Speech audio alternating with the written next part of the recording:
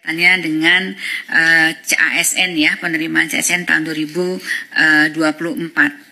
Jadi Bapak dan Ibu sekalian, teman-teman media, jadi saya akan menindaklanjuti yang disampaikan oleh Bapak Mensesnek bahwa pada prinsipnya pemerintah tentunya berkomitmen untuk memastikan bahwa proses pengadaan calon aparatur sipil negara tahun 2024 berjalan dengan baik sesuai dengan tata kelola yang pemerintahan yang baik. Alhamdulillah hari ini telah disampaikan oleh Bapak Mensesnek tentang keputusan pengangkatan CASN yang semoga akan mengurangi kekhawatiran adanya ketidakpastian pengangkatan bagi mereka yang telah lulus CASN. Nah, dengan adanya percepatan yang disampaikan oleh arahan Bapak Presiden. Tentunya tadi saya menekankan bahwa pengangkatan ASN kali ini tentunya dalam rangka untuk memastikan pelayanan optimal dan manfaat yang lebih jelas kepada masyarakat. Dalam 2 minggu terakhir ini, saya dan tim terus melakukan simulasi, melakukan analisis, dan formulasi untuk mempercepat pengangkatan CASN ini dengan tetap tentunya melindungi hak-hak pelamar yang telah mengikuti dan lulus seleksi CASN. Dan saya tentunya berterima kasih atas kebijakan Bapak Presiden serta dukungan dari Bapak Mensesnek, juga dukungan dari pimpinan DPR serta dari Ketua dan pimpinan Komisi 2 serta Menteri terkait kepada Kemenpan RB dan BKN sehingga kita sampai pada keputusan ini. Agar keputusan ini bisa dipahami, Bapak dan Ibu sekalian, kami ingin menyampaikan beberapa hal termasuk kronologi di awal. Sedari awal, pemerintah melalui Kementerian Pan RB dan BKN melakukan penyesuaian pengangkatan untuk memastikan dampak positif dan manfaat jelas bagi pelayanan masyarakat serta melindungi CASN dari berbagai resiko yang ditemui di lapangan yang dapat menyebabkan pengangkatan CASN tidak optimal.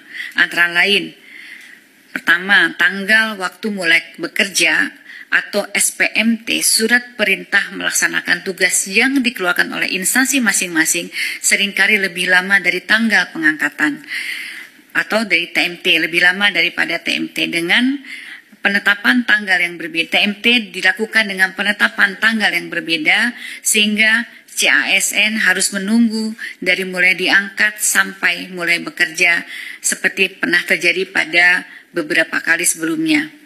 Yang kedua adalah adanya ketidaksesuaian formasi yang diusulkan oleh kementerian, lembaga, dan pemerintah daerah dengan kualifikasi tenaga non-ASN yang terdaftar di database BKN, sehingga yang bersangkutan berpotensi tidak dapat masuk atau masuk formasi yang tidak tepat dan menghadapi kesulitan di dalam bekerja yang sementara ditangani melalui kebijakan seleksi tahap 2 termasuk penambahan waktu pendaftaran.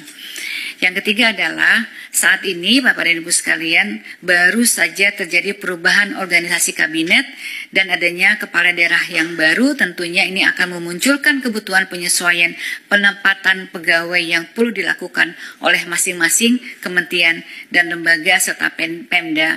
Untuk itu perlu memastikan CASN mendapatkan pekerjaan yang tepat sesuai dengan kemampuan dan kualifikasinya.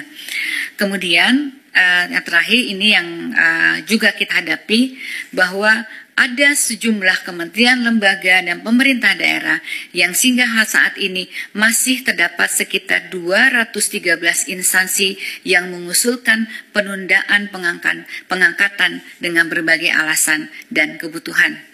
Oleh karena itu, sejak awal pemerintah telah mengambil kebijakan penyesuaian pengangkatan untuk memastikan dampak positif dan manfaat jelas bagi masyarakat serta melindungi CASN dengan menata secara komprehensif proses dan kesiapan di lapangan agar TMT dan SMPT sama formasi tepat dengan kualifikasi penempatan yang sesuai dengan dan adil dan kementerian, lembaga, serta Pemda lebih siap. Analisis dan koordinasi awal menunjukkan bahwa instansi bisa siap di waktu yang telah disepakati yang lalu. CPNS di Oktober 2025, P3K di Maret 2026.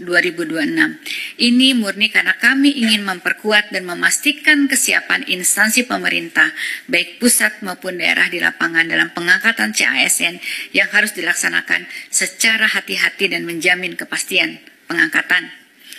Menanggapi dinamika yang ada dan aspirasi dari masyarakat dalam 2 minggu terakhir, sebagaimana telah disampaikan di atas bahwa saya dan tim PAN-RB, BKN, serta instansi terkait terus melakukan simulasi, analisis, dan formulasi untuk menghitung dan mempercepat pengangkatan CASN dengan tetap seoptimal mungkin melindungi hak-hak CASN. Oleh karena itu, rekan-rekan media, saya mohon maaf apabila di dalam masa 2 minggu terakhir kami belum bisa melayani permintaan diskusi di media karena memang masih fokus dan berkonsentrasi terus untuk menyiapkan solusi. Alhamdulillah kami dapat menemukan mekanisme-mekanisme percepatan dan Bapak Presiden menyambut baik upaya ini, kemudian memberikan arahan yang sangat berpihak kepada rakyat dan CASN sebagaimana yang kita dengar dari Bapak Mensesnek pada siang hari ini. Sebagaimana telah disampaikan tadi, sesuai dengan kesiapan masing-masing KL dan Pemda saat ini dalam memenuhi persyaratan dengan rincian jadwal paling lambat sebagai berikut: CPNS paling lambat Juni 2025, P3K seluruhnya paling lambat Oktober 2025.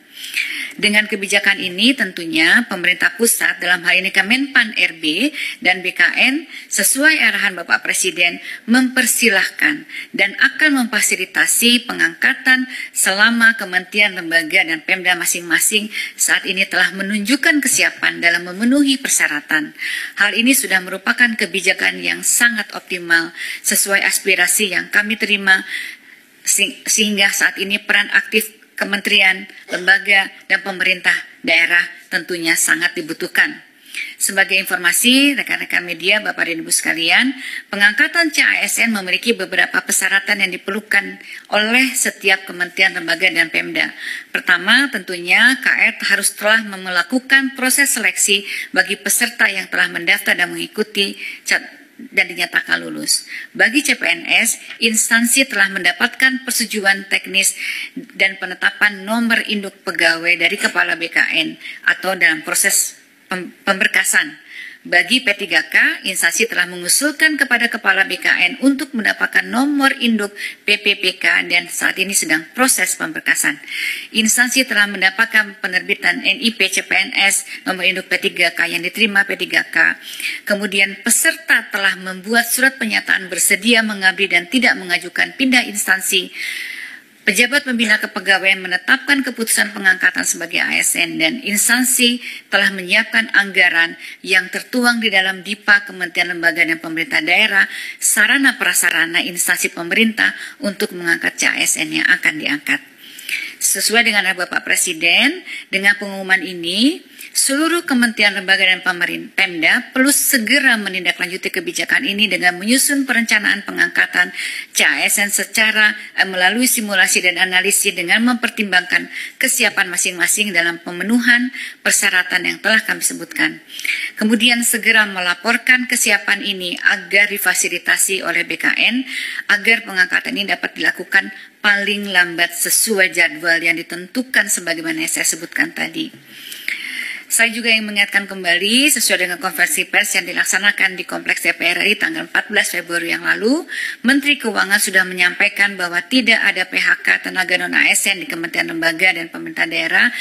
Di tahun lalu juga saya sudah mengeluarkan surat edaran agar KL Pemda tetap menganggarkan pendapatan bagi tenaga non-ASN yang terdata selama proses rekrutmen ini berjalan. Bapak dan Ibu sekalian, rekan-rekan media, saya ingin juga menegaskan, sesuai dengan arahan Bapak Presiden, pemerintah berkomitmen untuk menjaga meritokrasi dalam manajemen ASN, sehingga kebijakan ini merupakan proses afirmasi sebagaimana afirmasi terakhir sebagaimana yang disampaikan oleh Bapak arahan dari Bapak Presiden. Selain itu, sesuai dengan Undang-Undang Nomor 20, nanti setiap PPK, kepala daerah atau menteri atau kepala lembaga tidak boleh lagi melakukan rekrutmen pegawai non-ASN di instansi dengan ancaman sanksi. Demikian yang dapat disampaikan. Sekali lagi, saatnya langkah proaktif ini dari Kementerian Lembaga dan Pemda, jadi mohon para instansi pemerintah agar secara proaktif untuk melakukan penyelesaian administrasi bagi calon ASN, mengingat kebijakan nasional yang akomodatif sudah ditetapkan. Tidak ada lagi alasan kebijakan nasional yang tidak membelakang, dan kami akan terus mengawal proses ini agar berjalan dengan baik demi kepastian bagi CASN dan efektivitas penyelenggaraan pemerintahan. Saya juga ingin mengucapkan selamat kepada para peserta CASN yang telah lulus yang akan segera diangkat. Saya juga ingin mengucapkan terima kasih kepada Pak Mensesnek, Menteri Keuangan, pimpinan DPR, Ketua Komisi 2 dan anggota Komisi 2 DPR RI, BKN, dan Menteri Keuangan atas dukungannya dalam penyelesaian pengangkatan CASN 2024. Rekan-rekan CASN selamat mengabdi dalam memberikan pelayanan publik yang optimal dan dapat memberikan manfaat yang jelas bagi kepada masyarakat. Terima kasih. Wassalamualaikum warahmatullahi wabarakatuh.